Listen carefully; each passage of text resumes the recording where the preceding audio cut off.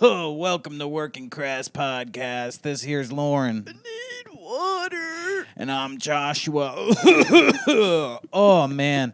Lauren, I'm so high. Yeah. I'm so high, dude. You know why? Why? Because there's clouds all over Chicago. Did you know this? Big smoky clouds. Big old smoky Big clouds, old smoke dude. clouds. I go, who's driving the car, dude? Wait, if you're here, who's driving the bus? You're like, I'm flying right now.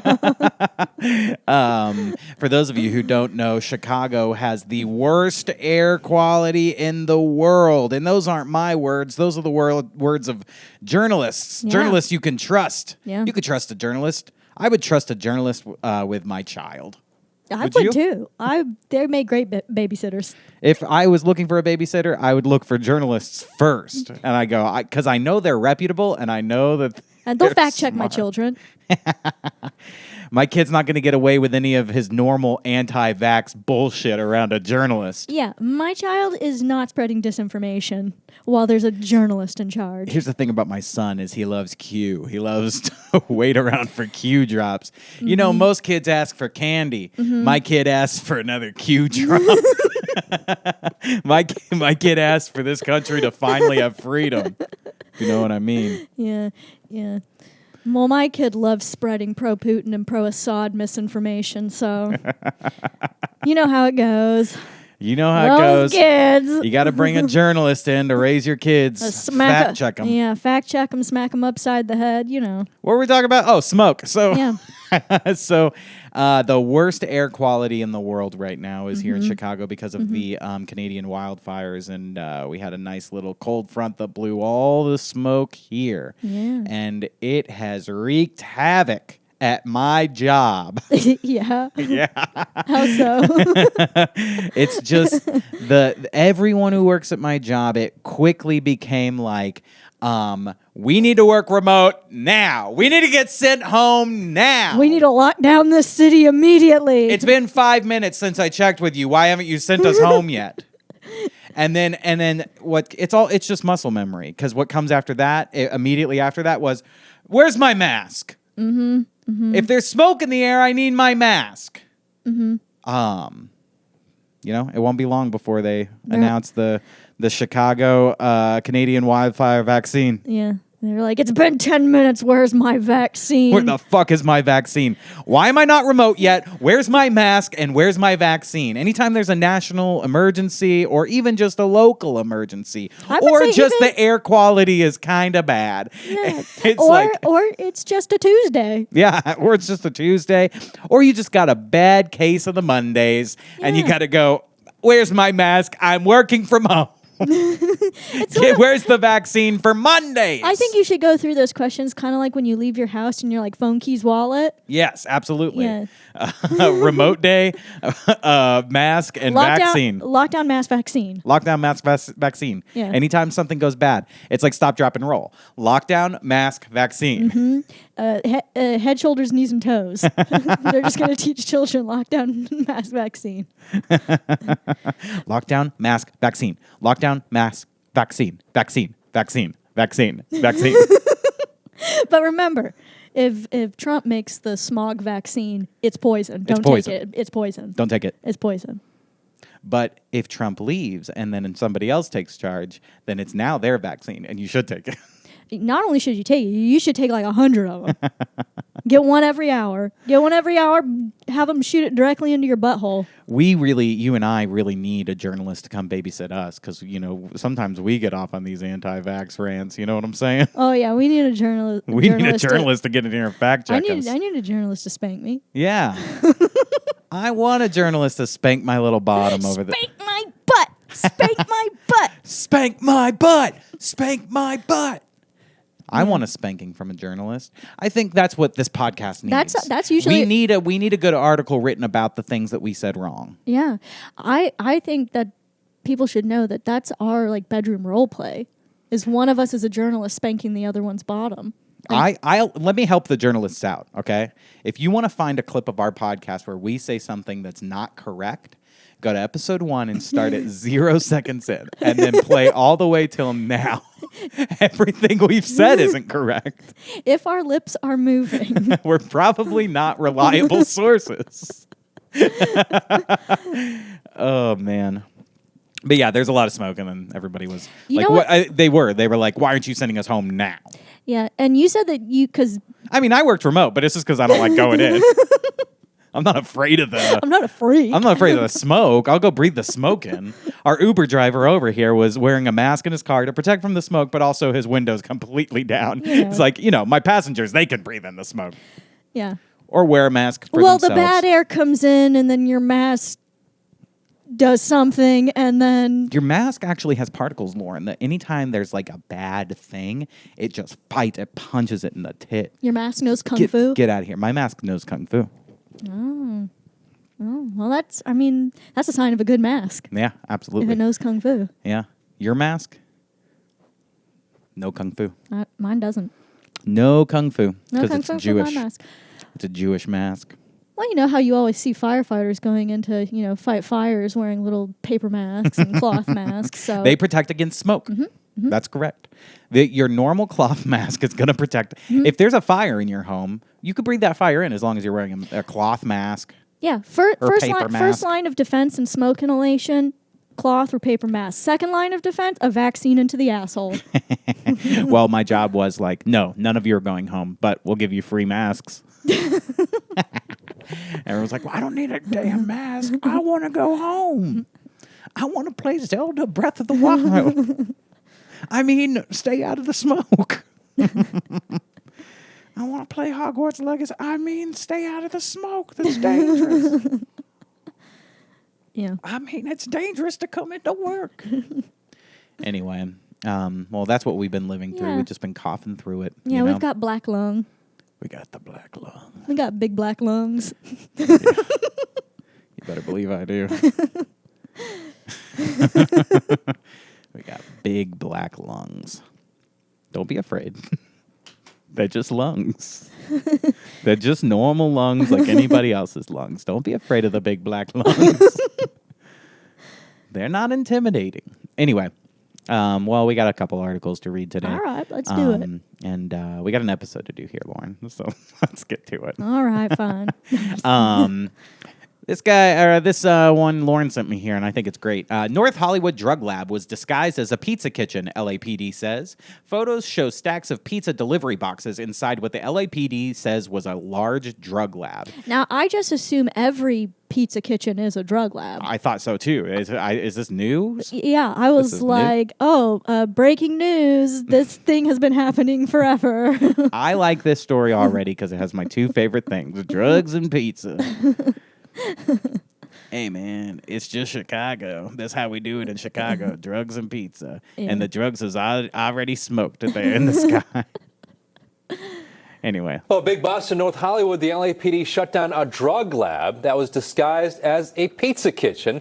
This happened last week on the 7300 block of Radford Avenue. The LAPD narcotics team says the warehouse was converted into a, quote, super lab to extract honey oil, and it could have led to a serious situation for neighboring businesses, including a pet clinic next door, because as we've shown you, honey oil labs can sometimes explode. 2 people were arrested. So what is honey oil? Yeah, what is honey oil? Are you familiar with the term honey oil? See, every time I go to a pizza place, they're offering honey oil. They're like, honey oil on the pizza. I thought it was like a thing. Yeah, it goes great with pepperoni and garlic. Honey oil is like hash oil. Hash oil or cannabis oil is an oleoresin obtained by the extraction of cannabis or hashish. So it's just like you're just making like vape oil for weed. But so was somebody just vaping over the pizzas? No, they're making the oil for vapes. But it's like, maybe it's not for vapes. Maybe it's for like dabbing or whatever. But that's stupid because most places, I don't know how it is in New York City. I think they have dispensaries though. This is L.A. Oh, this is L.A. Yeah, L.A. definitely has dispensaries. Yeah. Why is a pizza place doing it? Yeah. Don't they have like professional? I don't know. I thought honey oil was going to be something, way more interesting. Me too. No, I didn't. Actually, I just thought it was like honey oil. Like I thought it was honey. It's like tastes like honey. I was like, honey oil? Well, you were telling me earlier about goon caves. Yeah, but I learned about that from Lemon Party. I don't want to dive into something Lemon Party already covered. But I was just thinking that honey oil is what you find in a goon cave. that's very true. But I don't know if anybody knows what a goon cave is. So if you guys know what a goon cave is, you'll get the joke. If you don't, go on to reddit.com/r/goon caves. It's going to scar you. It's not. It's fun. It's nice. It is terrifying. Show your kids. Do not. An operation disguised as a pizza kitchen in North Hollywood had a secret ingredient, according to the Los Angeles Police Department. The warehouse in the 1700 block of Radford Avenue had been converted into a drug lab used to extract honey oil. The LAPD shared photos inside the building that showed stacks of pizza boxes and lab equipment. So were they extracting oils from the pizzas? No, they're just collecting. You are such an idiot when it comes to drugs. You don't know your drugs at all. The pizza ain't nothing to do with it. Oh, you don't think Americans would vape pizza grease if they could? This is America. They'll vape anything. Lauren, honey oil has nothing to do with the pizza, though. Pizza ain't. Pizza need not enter into it. This is a deceased parrot. No, yeah. So this, I guess, this is not. No, it's not. It's just a pizza pining for the fjords. It's honey oil. Hello, honey oil. Stupid. Not even funny. Not a good example of mapping. Just stop listening right now. Just get off the internet. Go do something else. Turn this off. So I guess this LAPD officer shared, let's just say is not pizza. Commander 70 David, show me code 6 with G&D Lab Squad, 7300 block Radford. Your lab squad working to dismantle and render an illicit super lab safe. Operating in a business area next to a pet hospital. And then all these emojis doing their part. It's good that we have officers out there that can't read or write. It's good. Can't read or write? Give them a gun. Is not delivery, is DiGiorno. Yeah, exactly. Doing their part to keep the community safe. If you hear, see, or smell something, ... At the pet hospital, if you hear, see, or smell something, it's probably shit. It's just like, oh, you can't read or write? Can you go break up the most violent situations in our city? Well, that's why this person is called in to fight the pizza crime. Yeah. Yeah, they sent the female officer in for the pizza crime. Mm-hmm. And they're like, bring a couple boxes back while you're at it. I feel bad. This person is definitely like English as a second language. And here I am going like, let's just say is not pizza. Learn to speak English. What kind of lab was it? THC honey oil extraction. Pizza. No, Lauren. It's a pizza lab. THC honey oil extraction lab. The ones we see explode, cause injuries, property damage, and sometime death. And sometime death. You know, when the lab explodes and you get sometime death, which means you'll die sometime. I think I might have caught sometime death. Yeah. I think we all might have a little sometime death in us. I think so. Especially with the smoke in the air here. Yeah. It's just, that's sometime death. You caught the sometime death. When am I going to die? Sometime. Yeah. Just sometime. Yeah. Anyway, well, that was interesting. Now, do you think anyone got pizza with a little honey oil on it, though? An accident. I think that was the purpose. I think they were infusing these pizzas. They were making them taste better. You are not paying any attention. You have no idea what's happening. I believe this pizza parlor was. Have you ever heard of a front? Have you ever heard of a company that is not what it says it is? Have you ever heard of like a group of Teenage Mutant Ninja Turtles yes. running a pizza shop? No. In the sewers? No, I never heard of the Teenage Mutant Ninja Turtles running the pizza shop in the sewers. I remember them eating pizza, but when did they run the shop? Well, in this universe, this alternate parallel universe, they run the shop They were making THC honey oil in the shop. Yeah. The Teenage Mutant Ninja Turtles. Yeah. Anyway, moving on, man. This one was interesting. We almost did a full old people episode, but we didn't. Yeah. That would be fun to just do like an elderly episode. All right. This is an episode for the elders. Yeah. We'll do another elderly episode in the future. Just send us your articles on the oldies. If you guys, and we have a big following of old listeners. Old people love podcasts because they can find them easily. That's a lie. They cannot. I'd like to listen to your podcast. Do I get it on an email? Do I have to send a subscription in the mail? Will you send me a pamphlet about your podcast so I can select which one I want? Oh, man. I would love to put together a pamphlet for our podcast. Grandparents just think that, like, podcasts are fundraisers for your school. Yeah. Like, yeah, I have a podcast. Oh, put me down for 20 then. I need a candle. Put me down for $6. Yeah. I'll support you. Oh, you have a Patreon? Well, put me down for $3 and a chocolate on the side. We love the elderly. We love old people. I'm married to an old lady. I'm married to an old lady stuck in a young woman's body. That's true. That's right. That's true. Where, if you had to pick anywhere to live in the world, where would it be? A retirement home. That's correct.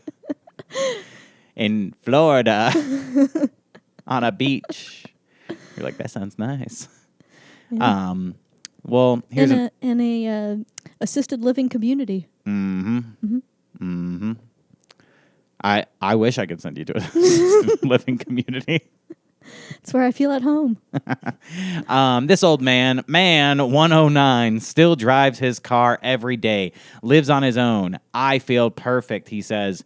He's been able to avoid major diseases and has a fit mind and body. I've been very, very, very lucky in my lifetime, he says. So this is a 109-year-old man.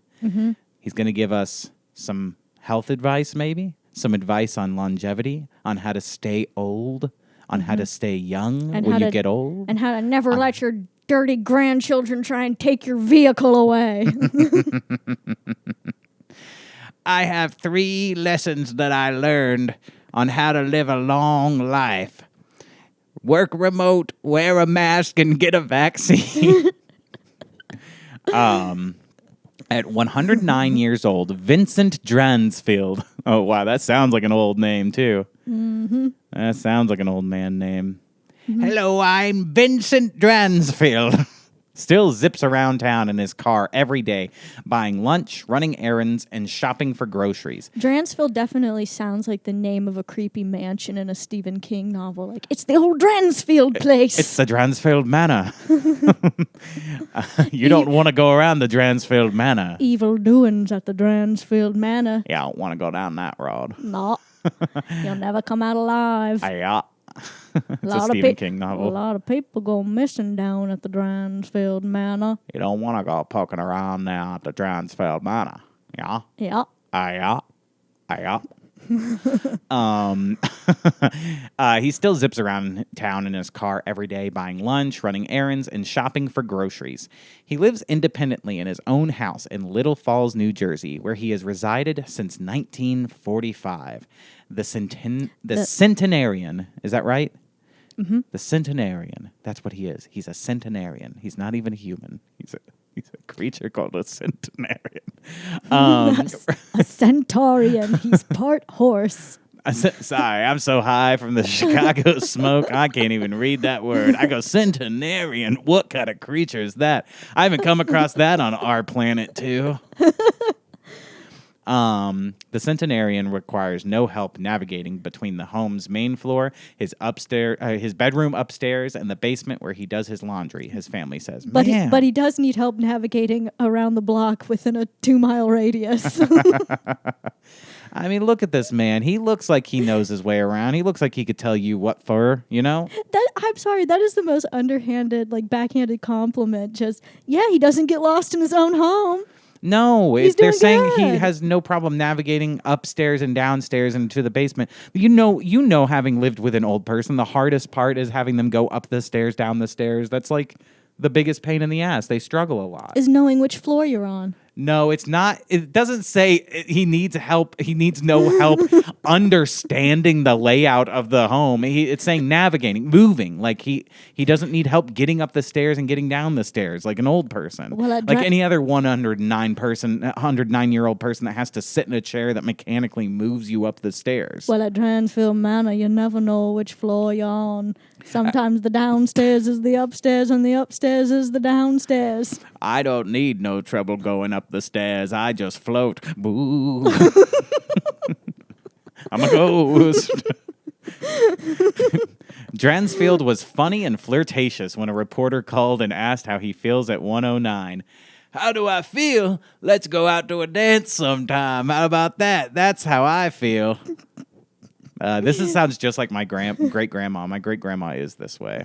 She loves to dance. She loves to hit on men. You think he was like way more like graphic? Oh, yeah. How do I feel? Let's go out to a dance somewhere. I'll suck you off. You ever seen a 109-year-old fat cock? You ever tickled an old man's prostate? Yeah. You ever dusted off an old man's prostate? It's got dust on it, and it hasn't been touched in years. It's like an old relic. Have you ever swept cobwebs out of a man's taint before? Have you ever awakened an old man's beast? Have you ever laid in bed at night wondering how to make an old man feel good for once in his life? Have you ever wanted to visit Dransfield Manor? He goes, I've been very, very, very lucky in my lifetime. I feel perfect. But my cum is powder. I just feel like when you're that old, you could say the nastiest of things to somebody and they'll be like, "Oh, you're just so funny and old. Look how flirtatious you are." Quite a day we're having outside, aren't we, huh? Fuck your daughter. Bye. Well, fuck you and your whole family in the ass. I'm having trouble talking today. I'm telling you, that Uber driver drove us here with open windows, and my ears started to hurt. My head started to hurt. I feel like I might need a mask and a remote day and a vaccine. Yeah. Did you get a kind of a headache? I did. I felt when we got here, I was like, man, I'm a little nauseated, and my head is definitely feeling achy. Yeah. Did he even say a word to us? No. I tried to be like, picking up Joshua, and he was like, bah. Yeah. Bah. I hate getting Ubers here. It sucks. Yeah. Because Ubers are just weird. You get you don't know what you're going to get. Sometimes you get, like, it's a toss-up. Like, sometimes I feel like the Uber driver's going to stop and, pull a gun out and rob make us. Or, make us push the car the rest of the way. Yeah. Yeah. Or break down in, like, a horrible neighborhood in Chicago that we don't need to be breaking down in. Mm-hmm. Mm-hmm. Yeah. See, I had an Uber driver once, and then we'll get back to the story. I'm sorry. But I did have an Uber driver once. I don't know if I told this on the podcast before, but maybe I did, where he stopped on the way over here to the studio and in this rough neighborhood. And he goes, I have to pee. I'm so sorry. Stops the car, gets out, and goes to like a, those porta potties at just like this park in this like real sketchy neighborhood. And I was convinced that this was like a setup. Mm-hmm. So he's going to get out. Someone else is going to... He left his keys in the car. He left the thing running. Yeah. So I was like, he's going to get out. Someone's going to come take the car. They're going to take me. They're going to hold me up. I'm going to have to give them all my money or, everything that in my backpack or whatever. Yeah. I'm going to get beat up. I'm going to go missing. Yeah. It sucks. They should abolish Uber. Just go back to taxis. Those taxi drivers, they were safe and good people. Like journalists. They were trustworthy. They always start with a friendly, my friend. And I know that I'm in good hands when someone turns to me and goes, my friend. I know no one's about to try to sell me anything when they go, my friend. Yep. How would you like to buy 12 boxes of my Patreon? Yeah. Anyway, back to this old man who drives. He goes, how do I feel? Well, my dick's hard and ready to fuck. How about that? Come on down to Dransfield Manor. He doesn't get backaches. He doesn't get the daily aches and pains that I, at 48, get. He doesn't get headaches, anything like that. It's crazy, says Erica Lista, Dransfield's granddaughter. I'm an occupational therapist, so I know a lot about activities of daily living, and he requires help with none of it. Damn. Damn. What the hell? This is just an advertisement for another story. Woman 100 who went viral for dancing the tush push shares longevity advice. What the fuck? Meet Shirley Goodman, known as the Dancing Nana, who's a hit on the dance floor. Why didn't we save this? I didn't see that one. We'll throw that in. Maybe we'll do a little bonus one today. People who live 100 years or longer aren't rare anymore, but it's uncommon for men to live that long. Yeah, it is. I'm dying in my 30s. I got like 5 more years. No, I forbid We're coming it. up. I know. I forbid it. We're coming up on our 1-year anniversary of being married. It's 1 year down, 5 to go. Nope. I'm out. I'm out. I'm going to get you vaccinated against death. I'm going to the Great Dransfield Manor in the sky. Among centenarians, 85% are women and 15% are men, according to a New England centenarian study based at Boston University. The reasons are unclear. The reasons are unclear why more 100-year-olds are women than men. Yeah. Did they perhaps look into the nagging component? Yeah, why does nagging give you so much longevity? You think that it would just be, it's a cancerous act. That's what it is. Nagging is a cancerous act. It should give you cancer. Well, I'm saying but that's you know why what? there's less men. Oh, that's why there's less men? Yeah. Because the nagging gives cancer to the men. Yeah. Having to listen to nagging. We expel it from cancerous our bodies and give it to you. That's true. Yeah. Sometimes when women talk, I do feel myself getting sick. Getting older? Yeah. Getting closer to death? Yeah. Not all women. But some. Most. And so this guy, born on March 28th, 1914, Dransfield not only enjoys incredible longevity, but healthy longevity with a fit mind and body. He says he has never had major diseases like cancer or heart disease. Dransfield has just always been healthy, Lista adds. He has 1 child, 3 grandchildren, and 7 great-grandchildren. His wife of 54 years died in 1992. Many of his family members recently gathered at his home to celebrate his 109th birthday with pizza and carrot cake, his favorite. Pizza or carrot cake? Let's just say is not pizza. Let's say is not pizza. He got that honey oil. That's the secret for living a long life. Yep. Probably is. Here's what you need to know about the centenarian and his advice for living a long life. All right. What do we got to do? Spend time doing what you love. Dransfield spent more than 80 years serving as a member of the local volunteer fire department and was the chief for a period of time. Damn. And he wore a cloth mask anytime he went into a burning building.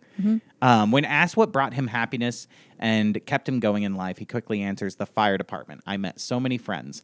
Lista says her grandfather continued to be a regular at the firehouse as he got older and was part of the 3 to 5 club. After my grandmother passed away, that's what really what kept him going. Every day he would go to the firehouse from 3 to 5, and all the old guys would sit there and hang out. That was like his family. Aw.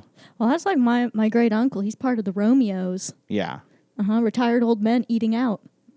Yeah, eating pussy? Well, not eating. Eating out? Eating out at restaurants. Retired old men who love to eat out. It's a Tinder date group.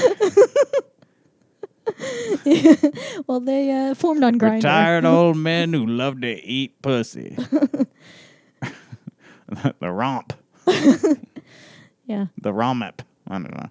As for Dransfeld's professional life, he worked for 60 years, most of that as an auto parts manager. Oh, maybe anyway, before retiring into his late 70s, I still wanted to work, but my wife said, it's time for you to quit, he recalls. Jesus. He's been retired for 40 years, almost 50. Yeah. Almost 40. Yeah. That's crazy. He says, milk does a body good. This is another one of his hitting on the girl, on the journalist. Well, one thing I can tell you is milk does a body good. So let me squirt up a little milk inside your body. It does a body good. And if I have gleaned anything from many of the woke articles I've read online, it's that milk is actually a dog whistle for the far right. So just saying. I did know that. I heard about that. Maybe this guy's a big Trumper, huh?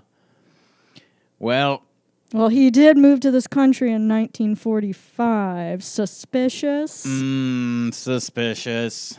Maybe he's like our son who loves Q. Maybe he is Q. He's old enough to be Q. Milk does a body good. Dransfield left school after 8th grade and went to work for a dairy farm at 15 to help support his family. He delivered milk for 5 years and drank as much of it as he wanted, which he attributes to giving him a healthy boost, especially during the Great Depression in the 1930s. So in the Great Depression, he's just standing there on the corner of a sidewalk chugging milk. Gonk, gonk, gonk.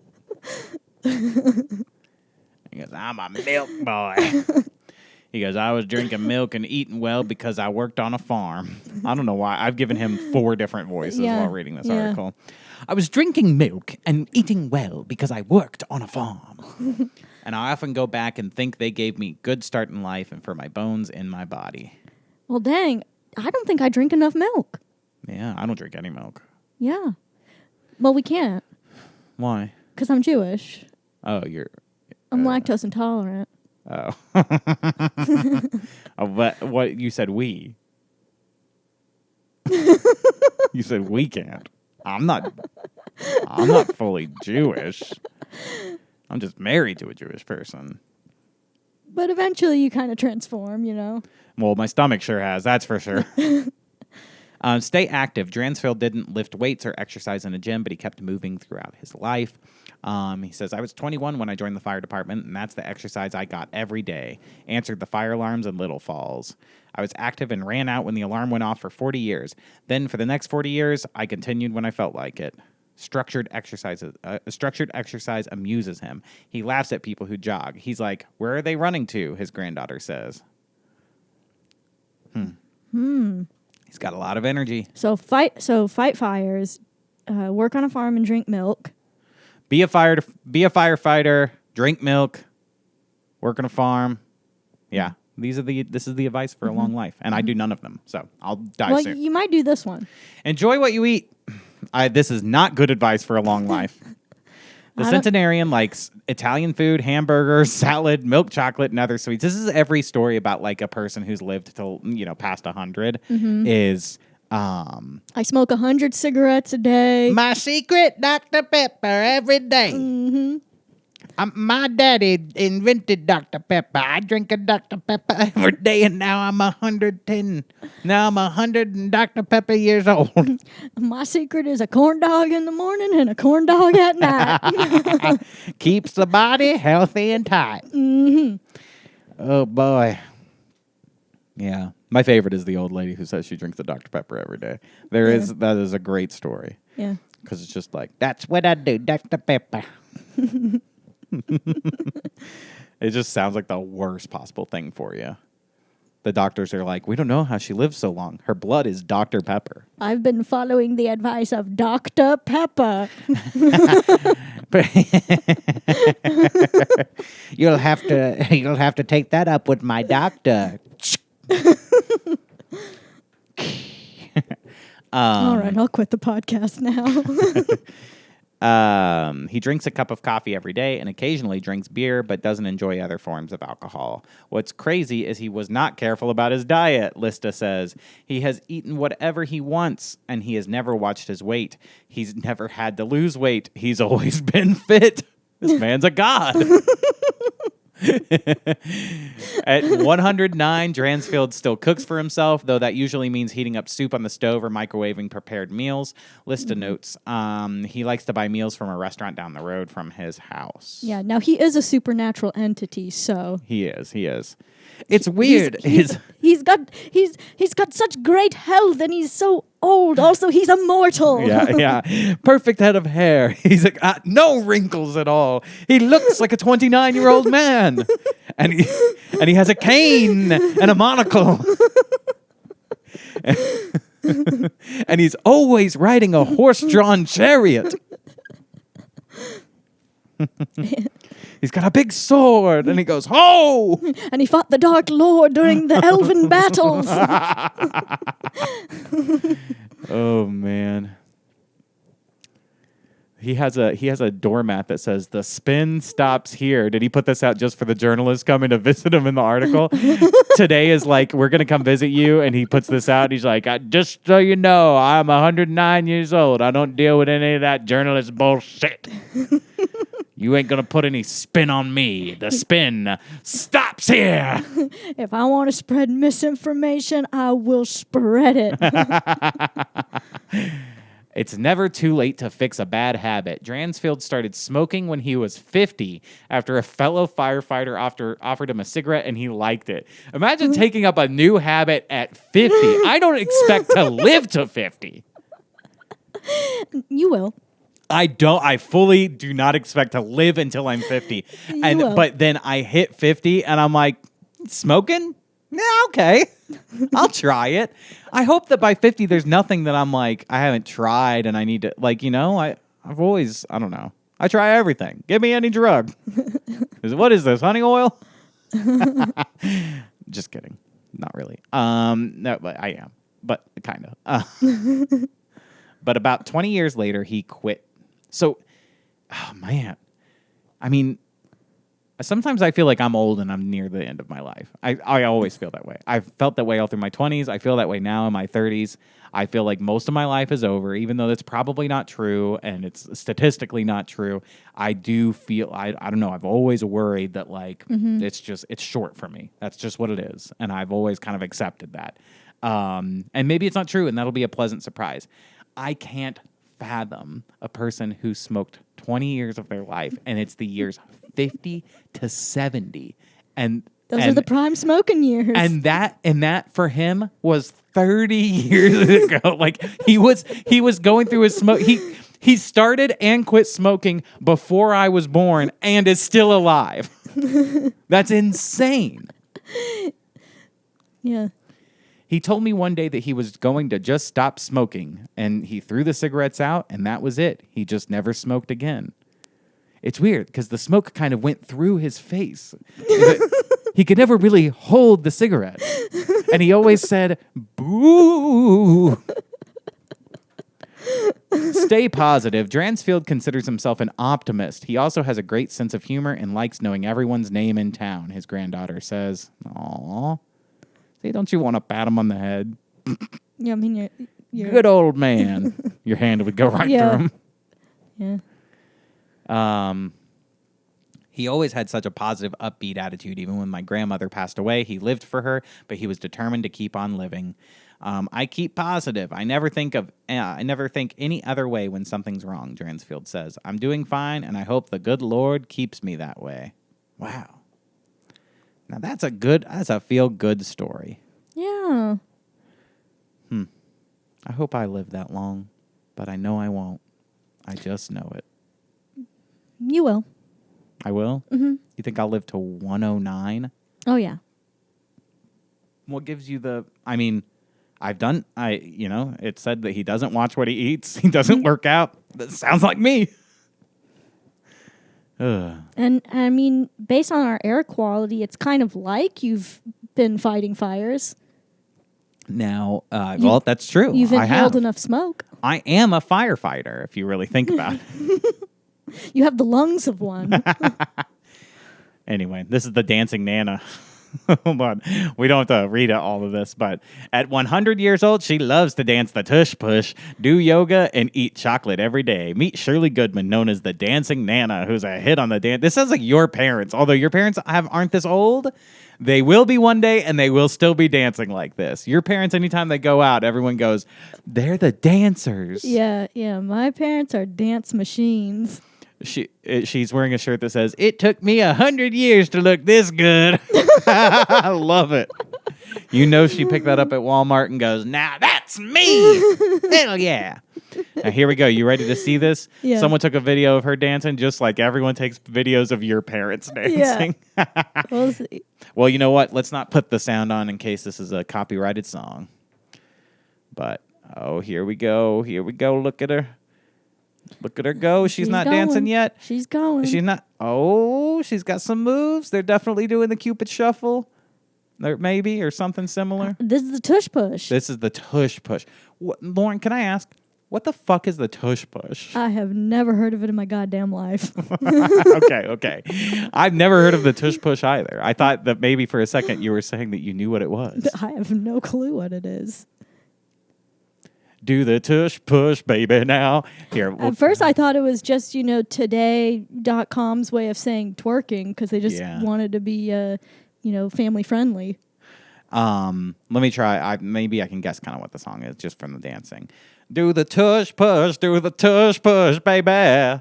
Show them how to do it now. Do the tush push, baby. Yeah. Everybody's grooving now. I mean, look, she's got it. She's Dangerous. got it. Watch yourself. Show me what you're working with. To the left. Do the tush push now. One tush this time. One push this time. Back it up real smooth. Now, I have one question after watching that 100-year-old grandma And I have one answer. do a dance. And that is, would you? Oh, yeah. I would put her picture in my goon cave. Oh, man. Gross. I would too, though. I'll be honest. The inside of her cervix is my goon cave. That's what her husband called it. I call this lady my goon cave, if you know what I mean. Yeah. Oh, I'll goon right up in there. Yeah. Anyway. That's really Dransfield's secret to a long life is build yourself a goon cave. But today.com couldn't put that in the article. You know what? Forget saying that we might do an old person episode in the future. This is the old person episode. Okay? This is for the elders. All right. This is and that's the name of this episode. This is for the elders. No, it's just episode 58 for the elders. One for the elders. One for the elders. One for the oldies. An oldie for the goldies. You know, when you graduated, they had the golden oldies. Do you remember this? Yes, I do. It's just a group of elderly people at the front. They had graduated, 100 years ago or 50 years ago? I think it was 100. I think it was 50.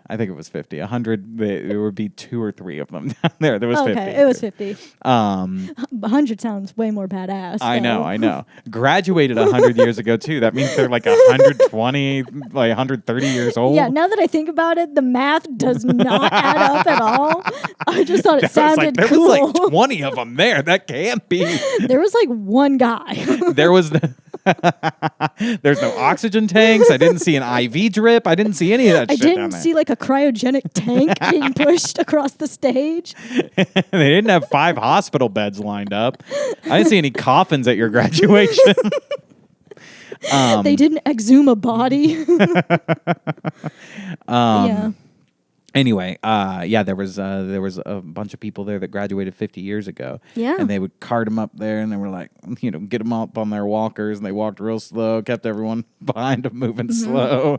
But it was... And their gold robes. Yeah, and they were, some of them were, like, pretty old. They pushing on 90 or 100 years old, and, they still had $100,000 of student debt. Mm-hmm.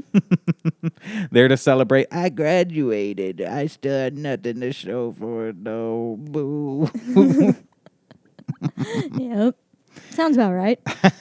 Sounds like the rest of my life. So here's another beautiful old woman. I'm starting to get horny for old ladies in this episode. Hell yeah. This episode, I'm starting to say, you know what? There's something about these elderly ladies. They just got a smile like they could gum you down. I mean, they look like they smell nice. I mean, I want to just nice. Smack them in the face. And they go, ooh, more, please. They go, ooh, my hip. And I go, did someone say harder? This looks like a sweet old lady. A new start after 60. I was devastated by divorce at 70. But at 102, I know the secrets of a well-lived life. So She was divorced at 70, but 32 years later, I'm finally getting over it. As old as I am, she's taken my whole lifetime to start to get over the divorce. Mm-hmm. And she also took up smoking and quit smoking in that same exact time frame. 3 times. Mm-hmm. Dr. Gladys McGarry thought she would never recover when her husband and work partner walked out after 46 years. Then she found her voice, happiness, in her own direction. Wow. I'm going to say, McGarry also sounds like the name of a manor in a Stephen King novel. The McGarry, the McGarry Manor. Mm-hmm. The McGarry Mansion. Nobody goes around the McGarry Mansion. Haven't cleaned the McGarry Mansion in centuries. For little did he know that he would be laying dead in the McGarry Mansion just a few hours later. You're like, ooh, I got to read chapter 2. Ooh, I got to find out how that happens. Yeah. Yeah, I'm starting to think that Stephen King just looks up old people in the yellow pages, and that's how he names his characters and places. Definitely, but it's specifically the Maine newspapers. Yeah. It's specifically anywhere in Maine, for sure. Yeah. Well, okay, so her partner walked out after 46 years of marriage. Now, I've only been married for 1 year, and this gives me a little hope that...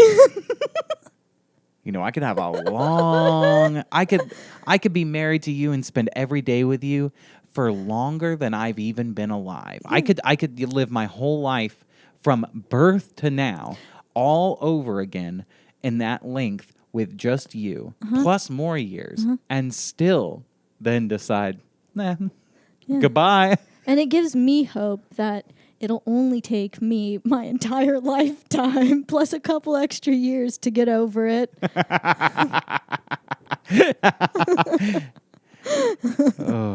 Hope. Hope.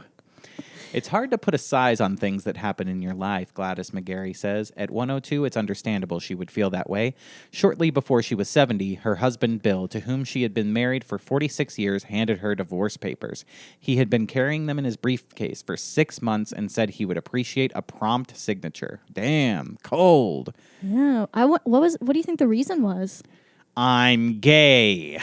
I mean, that's a good guess. That's a good guess. Maybe, it tells it here. McGarry and Bill had not only been married for decades, but were also close colleagues. They were both doctors who had trained as general practitioners and were among the co-founders of the American Holistic Medical Association in 1978. That's great. Every old person that's like over 100 also like co-founded some of the most important organizations in America because there's just less people. Yeah. It's just like everyone, if you're old, you probably co-founded like some important organization. Yeah. Oh, yes, I was the head of the fire department. Or that when you're old... There were only 2 guys in my town, so... or when you're old, everyone just believes what you say, so all these old people are just like, oh, yeah, I was the president of the United States once. Did you know I was a senator? The only time journalists don't fact check is when words are coming out of an old person's mouth. Yeah. They're too old to lie. For the duration of their marriage, they had shared a clinic in Phoenix, Arizona, as well as having 6 children together. So when the marriage ended, Bill had started a relationship with another colleague. McGarry lost not only her life partner, but her business partner, too. Man, that's so cool. I could be married for 56 years and then just like fuck a hot coworker. Wow, there really is hope in this world. There really is hope for a better tomorrow. No, I'm just joking. It blindsided me. I was broken, she says. Her daughter, Helene, had recently joined the practice, and mother and daughter went their own way, opening a new clinic in nearby Scottsdale. While McGarry still said something to get up for each morning, the pain of the separation While McGarry still had something to get up for each morning, the pain of the separation was immense. The hardest thing she has ever faced. Harder, she says, than the 2 bouts of cancer she went through in her 30s and 90s. Jesus. You get cancer in your 30s, and then again 60 years later. I can't even imagine being 60 years old. This is like she had 2, Final Destination? Yeah. Yeah, she had 2 Final Destination incidents. Jesus. Escape death. Wow. Oh, man. And it's not a matter of getting over stuff. It's a matter of living through it, she says now, speaking on a Zoom call from the house that she built at Helene's invitation behind her daughter's home. If you can live through the issues that you've been faced with, they become one of your teachers. Wow, I agree with that. She's very wise.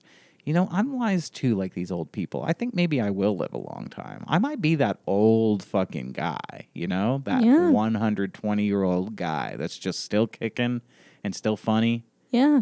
Maybe. You'll be. I think I have a brain tumor like now. I think I have like cancer. Well, guess what? You can have cancer at 30 and at 90 and beat the hell out of it. I guess I can. Yeah. I think I can. If- I think I can. I think I can. Yeah, if you think it, then you can do it. I think I can have cancer. I think I could die. No, no, you can't. That's the one thing you can't do. But it was a slow process. It wasn't until I was 93 that I really accepted it, she says. So that was 70 for 23 years. It took her 23 years to accept the divorce. Dang. She goes, you get to that part where you can kind of hang on. Dang. I mean, I was in a 6-year relationship that was a bad breakup that it took a long time to get over. It was really hard to get over. Yeah. But that was like a year and a half. Yeah. And I thought that was like long. I thought that was very long. 23 years to get over a relationship. That's a long time. Yeah, it is. That's a long fucking time. That's a long time. Jesus. Yeah. Wow. I'm astounded. Life can be long. I thought life was just going to be a short blip. But Well, it seems like I mean, it in the could be. grand scheme of things, it is. What? Oh God. I was just starting to find hope. Like, when you think of, like, how many billions of years life has been on this planet and, like, how long, you know, the timeline of history expands. Yeah. Yeah, your life is like a blip of a blip of a blip of a blip. Well, now I'm stressed again. I was happy for just a moment, and then you had to go and... Well, you know, it is home. Yeah. Hope. Oh, you know, Classic hope. Dashed immediately. Anyway, well, that was interesting, but I don't want to read a whole lot more of this one. Yeah. She never remarried. She said people would ask if I was dating, and I would say, "Why would I want to take care of another old man? No, thank you." So that you can gum them down. So that you can get dicked up. Yeah, she's just Old lady, old bitch. I hate her now. She's just pulling a Mom's Mabley routine. That was Mom's Mabley's Really? shtick, yeah. Really? That old men are old. She wants a young man. Oh, man. Yeah. At 100, she delivered a TED Talk on holistic medicine. It was swiftly taken down off the internet. It did not go along with the CDC's guidelines. They have to add at the bottom, like, by the way, holistic medicine is bullshit. Anyway, well, that was interesting. Interesting old lady there. Yeah. Now, should we do a short state of the podcast? A bit of an ad read. I mean, I don't have any ad read. We didn't pick one out. But we do have things to plug and things that we're working on that I feel like we can give some updates on. Yeah, we can do a state of the podcast. State of the podcast. Mm-hmm. Da da da da da da da da da da. Cool. Well, some of the things that are new here. If you're watching the video in the studio, we added some little things behind us. We brought him some treasures from where we live. We brought in some treasures from our home because we're like, maybe if someone sees these things, they'll like them, and then they'll like our podcast too. So and you'll get a sense of who we are and what we like, and instead of just having an old radio back there. I mean, that makes sense for a podcast, I guess. I mean, we like old things. That's why we devoted an entire episode to old people today. Actually, let's devote the whole show. Working Crass Podcast is officially for the oldies. It's officially a show for the elderlies. Mm-hmm. From now on. And that's why today's sponsor is Medicaid and Medicare. No, just kidding. That's why today's sponsor is Life Alert. Have you fallen and you can't get up? That's why today's sponsor is Depends. All senior citizens should have Life Alert. Well, also, in addition to that, we are, working on some big projects. We got some guests coming up, too. We got 3 more guests coming up that we still have booked, and we'll continue doing guests forever, yeah, we've probably. got guests. We have a lot of fun doing with the guests. That's absolutely correct. And we're also working on a big project that is very exciting, and will bring you a lot more content from us, and a lot more regular content. So not only are you going to continue getting the podcast that you get every single Monday, but you're also you also have a lot to look forward to in the next couple weeks. We'll be announcing something really, really cool and let's leave it at that. Let's leave it a little cryptic, even though we've mentioned it slightly in, some of the other episodes, but it's okay. Yeah. We're working on something real cool. Okay. So be patient with us. If we have a few less clips than normal, or, if, I don't know, I'm always going to put the episode out on Mondays. We're pretty committed to that. We missed a week a couple weeks ago, but we're back on it. And we had just done Mayhem, and Mayhem was awesome. Can't say Mayhem wasn't awesome. Yeah, Mayhem was a blast. What happened? What do you mean, what happened? What happened to this show? Mayhem was so good. Now, what is happening to Now this we show? suck. Now we suck. Now we suck. Now our life is over. Now? Now we're pretty much at death's door. What we're saying is this podcast is going to die soon. No, it's about to fucking be, we're about to kick it into high gear doing the podcast a lot, just saying. So No, it's at death's door. It's like we're saying, we're like, signing our will, getting all our affairs in order. It's old, but Lauren, it's still kicking. Okay. It's on life support. It's Lauren, barely breathing. Our podcast, literally, the doctor said it's brain dead. Our podcast might have cancer right now in its 50s, but once we hit 100s, it could get cancer again down the road. We could recover and still have 25 episodes before we get cancer again. Yeah. Just because this episode has cancer doesn't mean another episode will. Well, when we hit the 70s, the podcast will get divorced. Get ready. It's just going to be Working Crass with Joshua because I'm the one that puts it all together. If we got divorced, I would keep doing this podcast. I'm sorry. But I'll tell you what, episode 102, I'll be happy to come on as a guest, and I'm over it. You are not invited. If we get divorced, you are not a guest on this podcast. It's me and maybe sometimes Byron somewhere off camera. How do you know it won't be me? I just do it. Let's see. Do you know how to work a mixer? Absolutely. Do you know how to edit video? Absolutely. Do you know how to mix audio? Absolutely. Do you know how to upload this stuff to YouTube? Absolutely. Are you lying? No. Absolutely you are. Absolutely you are. Anyway, that's the state of the podcast is that, we're going to keep chugging along here. We got a lot of stuff coming. So stay tuned. At Working Crass Pod on Instagram. That's where we'll make a lot of our announcements and stuff. And at Working Crass Goon Cave to see all the hot oldie pics we're saving. Just kidding. But here's we talked around like teasing stuff a lot, so let's at least say this. If you were a fan of the last live stream we did, there is another live stream coming up. Very excited to do a very cool live stream with special guests and kind of more like sketch content. We're not reading any stories. We're planning out a show for you for this live stream. So this is one that you do not want to miss. You are going to watch a live show that we have written and put together for you live in the flesh. Well, not quite, but through a camera, into a cord, through the internet, and onto your screen. But our flesh will be live. Our flesh. Our flesh will be heavily featured. You're going to see a lot more flesh on the Working Crass podcast. That's a fucking guarantee. As a matter of fact, I'll show you a little more flesh right now. Just a little. That's just a tease of what kind of flesh you're going to get. Lauren, would you like to show a little flesh? Lauren, we're going to get so many views from just that amount of flesh. Did you see anything? No, I don't think the camera saw anything I think at all. my hand covered Yeah. it. You're like, here you go. For those of you who are listening to the podcast, Lauren just showed her vagina on camera. Yeah. Head on over to the YouTube and watch the episode. Lauren just flashed her bush on the camera. Yeah. Covered the whole entire screen. The bush just popped out. It was all hair for a moment. It was, oops, all hair. For a minute, we thought we were watching Our Planet 2. Oh my God. Anyway.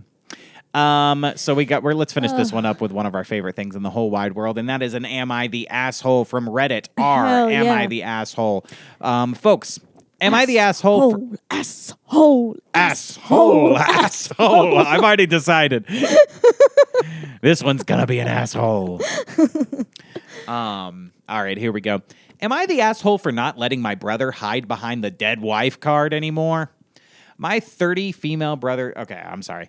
This person is a 30-year-old female, and their brother is 34 years old in this male.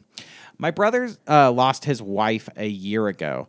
They have 3 girls, 12, 5, and 3. My brother was definitely one of those husbands who worked, came home, played with the kids, but that was it. His wife ran the show. Wait. What does that mean? Those husbands? She just described a husband. What a husband should do. One of those husbands who, provides for the family, comes home, spends time with the kids. Sorry, I just thought that was weird. She kind of describes it afterwards. His wife ran the show, chores, raising the kids, making sure they went to school and activities, all the cooking, etc. So here's the thing, and this pisses me off already. I'm sorry, I'm pissed off by the first fucking thing. She goes, one of those husbands who worked, came home, played with the kids, that was it. His wife ran the show, chores, raising the kids, making sure they went to school and activities, all the cooking, etc., all on top of her own full-time job. So basically she's saying that the husband did nothing and the wife did everything. And the men, those are just those types of husbands who, go off and work a job. I mean, they provide for everything. Like, there would be nothing to cook. There would be no chores to be done, and there would be no house to do chores in. There would be no school that the kids go to. There would be there would be no utensils for cooking if it wasn't for the husband who goes and works. Well, if the wife had a full-time job, then there might be those things, but they might be a little shittier. Yeah, sure. You know what I mean? Sure. That makes me real mad. But that was it. All he did was work all day and come home and spend time with his kids. That sounds like a good husband to me. Yeah. I would also want to know. And the wife did stuff like, the wife had to do chores and cooking and cleaning. Yeah, it sounds like a pretty traditional household to me. Yeah. Sounds like... I kind of don't buy that the husband didn't do chores because I suspect that these chores were divided between, what he will contribute and what she would contribute. Maybe. Anyway, just the way it's worded pisses me off, but let's keep going. I doubt, this woman's mowing the lawn. I bet he's, out there mowing the lawn as a chore. You know what I mean? Well, she died quite unexpectedly. And to say he was Jesus Christ. This person can't write either. She died quite unexpectedly. And to say he was lost is an understatement. What does that mean? I think she meant to say lost. I guess. So I stepped in to help. Some may call it enabling, but that was that. Okay, I hate this part. We're about to turn this off. We're about to end the podcast because of the way this person writes. Some may call it enabling, but it was that or my nieces would suffer. They do their part around the house, what's appropriate for their ages, obviously. I've been trying to teach my brother to do the rest. I understand he just suffered a massive loss and a lot of his inability to learn. I put on grief. But as we close in on 14 months since her passing, he definitely has just used me to replace his wife in all ways domestic. Please, if you write something online that you expect anybody to read, if you write an email, if you write anything, if you write any words down that are meant for someone else or everyone else to read, please read a book first or just read it over to make sure that it sounds right. It doesn't just sound like garbage. That it has a good flow to it. Flow is everything. You should probably just read it out loud and see how it sounds in your ears. Read it out loud and see how it sounds. Absolutely. And then rewrite it after you do that, in a way that sounds better when you read it out loud. Mm-hmm. Stepping in to help your brother whose wife just died isn't enabling. What is that? I don't understand. Some may call it enabling after she says, I stepped in to help. Who would call that enabling? Who would go, you're just enabling him by, helping him out after his wife died? I guess because she views his lack of participation in doing chores, domestic chores, she considers that a problem. So to her, stepping in and taking on those chores and not letting him do them and filling, his wife's shoes, she considers enabling. Yeah, I guess. And she's like, her nieces would suffer because that's his daughters, right? Yeah, the 3 girls. And she's saying that they're closing in on 14 months since her passing. He definitely has just used me to replace his wife and always domestic. Well, I'm sorry he hasn't gotten over the death of his wife after a little over a year. Sometimes it takes 23 years. Sometimes it takes 30. Yep. Sometimes it takes you 30 years to quit smoking. Exactly. I tried talking to him about it before, and he'd pull the "my wife just died" card. Again, on me, I let it slide. I let it slide that his wife just died. My final straw was when I went on a work trip, came back to chaos. The house was cleaned because the girls did more than their fair share. Obviously, they should have chores, but by his own admission, he did nothing despite having the time to. Oldest told me she was the one making sure the little ones went to school/daycare. She's done all the cooking. She had to give up on the end-of-year dance because my brother asked her to watch the girls so he could go out with friends. Okay, that's a little messed up. Not too messed up, though, because his wife just died. But their mother just died, too. And he has to fill the role of a father. Mm-hmm. Mm-hmm. So I understand. Mm-hmm. But was this a one-time thing? Did he go out with friends one time? And then this is like a problem since he went out one time, Anyway. She says, I had to come to Jesus meeting and told him he needs to get his shit together. I'm doing one more tutorial day, and that's it. He needs to either hire a housekeeper or nanny. He can afford both if he's not interested in doing his share of the chores or taking the kids anywhere. He needs to get a calendar to remind himself when stuff needs to get done. I said it was this or the girls come stay with me until he gets his act together. He started on the whole, I just lost my wife stuff again. Boo-hoo. Boo-hoo, your wife just died. Get your fucking act into gear, okay? Oh, my wife was murdered. Boo-hoo. Oh, somebody came into our house and murdered her in front of me. Oh, get over it, pussy. Pussy. Oh, my wife just died of cancer. I watched her slowly deteriorate in a bed. It was the most dramatic thing I've ever seen in my entire... Fuck you. Be a man. Suck it up. Forget the wife. She's dead. Move on. Man up. Don't be a pussy who cries about his dead wife. Man up. Your wife died. Big deal. Move on. Grow a pair. Everyone's wife died. We all have wives and they all die. We all have wives. They're all dead.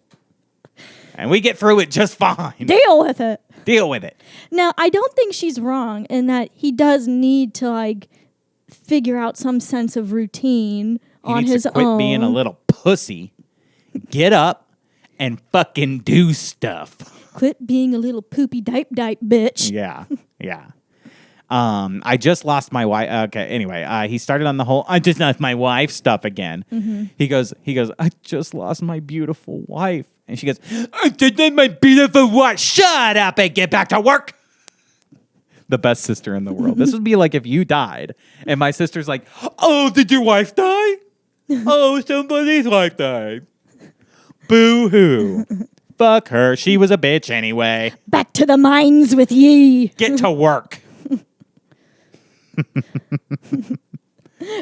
I just picture this like a Victorian supervisor at a factory. Oh, yeah.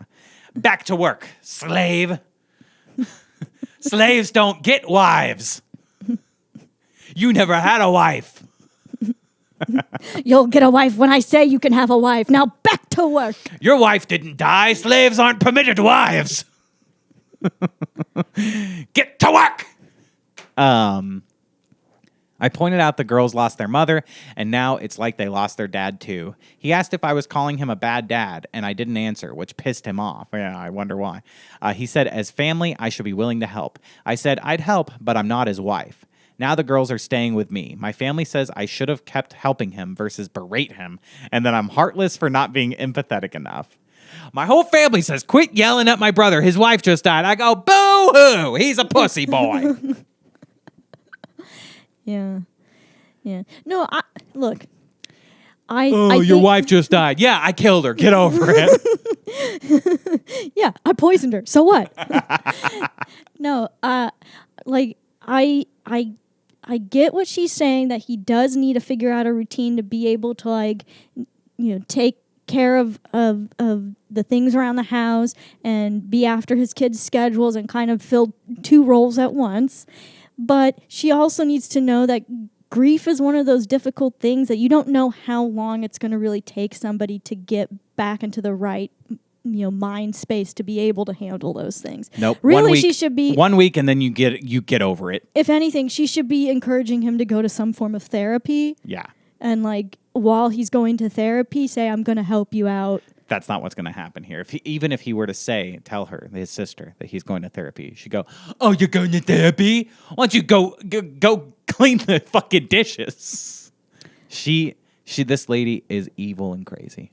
She was at the funeral, at his wife's funeral, and she goes, nut check, and hits him in the nuts. And he's like, inappropriate. This is my wife's funeral. And she goes, oh, don't be such a baby. I'm just giving you a nut check, bitch.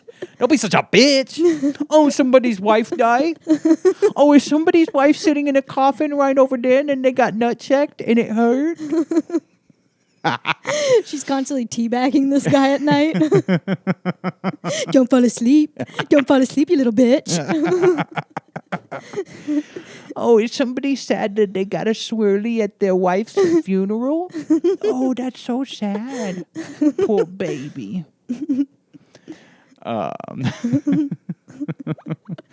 You're just mad because I nut checked you. Now the girls are staying with me. My family. Okay, yeah. Purple nurple alert. Wet Willie. They added, it's my fault the girls are missing their dad because I gave him the ultimatum, and if I just kept helping, they'd still see him. It seems no one is on my side. Am I the asshole? And she added here that comments telling me to send those girls back and let CPS get involved if he doesn't get better will not be entertained. That's not punishing them. It's hurting the girls. Save your fingers typing that one out. I kind of agree. Yeah, I don't. Stupid. That's stupid. No. Send them to Child Protective Services. Yeah, that's. How is that someone's advice in this situation? Hey, send the kids to an orphanage. That's ridiculous. Someone's like, I got a tip. Why don't you kill the kids? Yeah, exactly. Oh, did your kids die too after your wife died? All three of your daughters, everyone that you've ever loved in your life has died. Oh, and also you got nut checked by me because you're a little pussy faggot. Oh, that's so sad. Must suck to be a little pussy and everyone you love dies. Nut check. Bitch. Gotcha, bitch. I just love the idea of someone being really mean and insensitive. Yes. Anyway. All right. Well, let's take a look at some of the comments, and let me just warn you, I from what I can tell, here come the women to back up the other bitch of a woman to go, you're not being a bitch enough. You're not being mean enough. He is a pussy. Nut check. You should have put a fist in his ass. This woman goes, not the asshole. I don't know if it's a woman, but the avatar is a girl. Like, not the asshole. You aren't his wife, and his oldest daughter isn't his wife either. Both true statements. He needs to step up and be an adult rather than depending on others taking on his adulting for him. Also true. Him putting the 12-year-old basically in charge while you were gone was highly inappropriate, and long-term would have likely resulted in CPS involvement. I don't know if that's true. Yeah, you could put your 12-year-old can babysit. When I was 12, I was babysitting. It's fine. I was a journalist, and they said that I needed to be a babysitter. Yeah, and the one thing this comment is missing is, okay, and are we not going to take into consideration that the guy is grieving? Right, exactly. None of these are going to take that into consideration. Here's the thing. It's like it's a mental health. Like when you're in grief, it's it interrupts your mental health and well-being. Like you don't function the same as you did before until you can get through it. Look, I love Am I the Asshole? It gives us a lot of great content on our podcast, but 9 times out of 10, if it has anything to do with a man, every response is men. The man is always the asshole. Woman is always right. Yep. Women are never the asshole unless they're a mom. Yep. They never take into account. Kids are always right. They never take into account that men are human beings that have the potential for emotions. Yeah. Ever. It's always like he's an asshole. Suck it up. Is there a man in this story? I know who the asshole is then. Not the asshole. One question. If your family finds you heartless and everything, why aren't they helping him instead? How do you know they're not? How do you know they're not? Just because she didn't write it? She did write afterwards. They claim to be too busy. Yeah, but you don't know what's true. This is one person's account. Yeah. Like, I don't know. They may be helping in other ways. How do you know that they're not, like, calling the guy all the time to, like, check in on him and make sure he's okay? Not the asshole. You helped him for 14 months. That's more than enough. You're right. He's taken advantage of you, and you are enabling his behavior. Good for you for finally putting your foot down and then right up into his balls and shaming him. And shame on him for allowing his oldest daughter to be a better parent than him. Yeah, fuck this guy whose wife just died. Forget him. Fuck this guy who's grieving the death of his wife. And they all go 14 months. Like, that's a really long time. When that's like a year and a few months. Yeah, well, that's why they don't say a little over a year. That's why they say 14 months. That's a little to get to a big number. For grieving the death of a woman that you've been with how many years? Yeah. Like, you don't know how long the relationship was. Yep. Oh, yeah. Not the asshole for you, but your brother is a major asshole. And because he has emotions. Yeah. And men should never show them. Disgusting. Yep. Hey, you know what a good man does? A good man doesn't let his wife die. A good man doesn't let himself get nut tapped.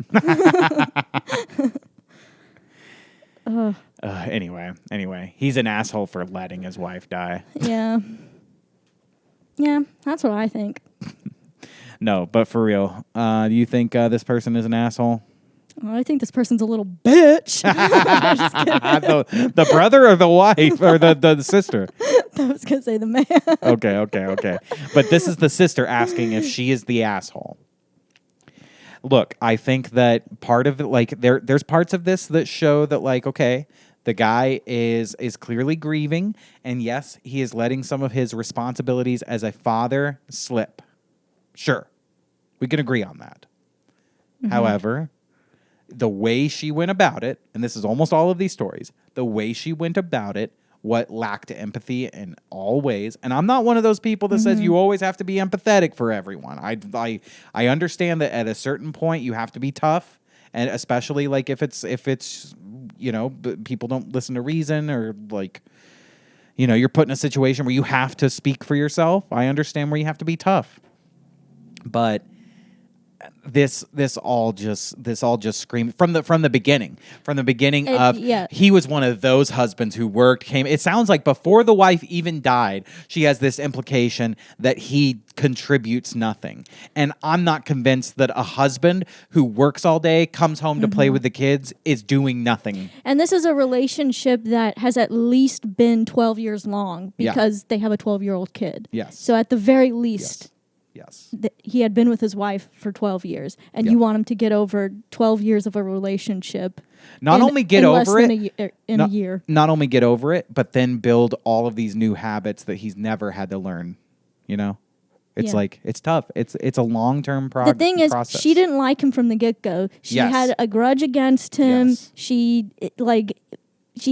was harboring this form of resentment towards him. Yes. And so no matter what he did, she was going to see negativity in it. Yep, absolutely. Absolutely. Well, oldies, old folks, thanks for listening today. I think we really got into this am I the asshole. I got very emotional there. I stopped being funny. Yeah. No, not really. I was pretty funny all throughout. Not really. I was pretty fucking funny the whole time. I mean it when I say I am very, very excited for a lot of the things that we are putting together for our audience. Even though our audience is small, I think we have a great opportunity to grow it. And the things that we're working on, the things that we're doing make me laugh, make me happy. And I love this podcast. I love my co-host, my wife. I love everyone who listens. I love everyone who's left nice comments and nice words. Thank you very much for everything y'all do, and please keep tuning into the Working Crass podcast every single Monday for even more nonsense and debauchery. Wasn't that nice and sweet? Yeah. Nut tap, bitch! I knew that was coming. I was like, there's going to be a nut tap at the end of this. Nut tap, pussy! Oh, did your wife just die? Sorry. All right, folks. Goodbye. Wait, what did you learn? What?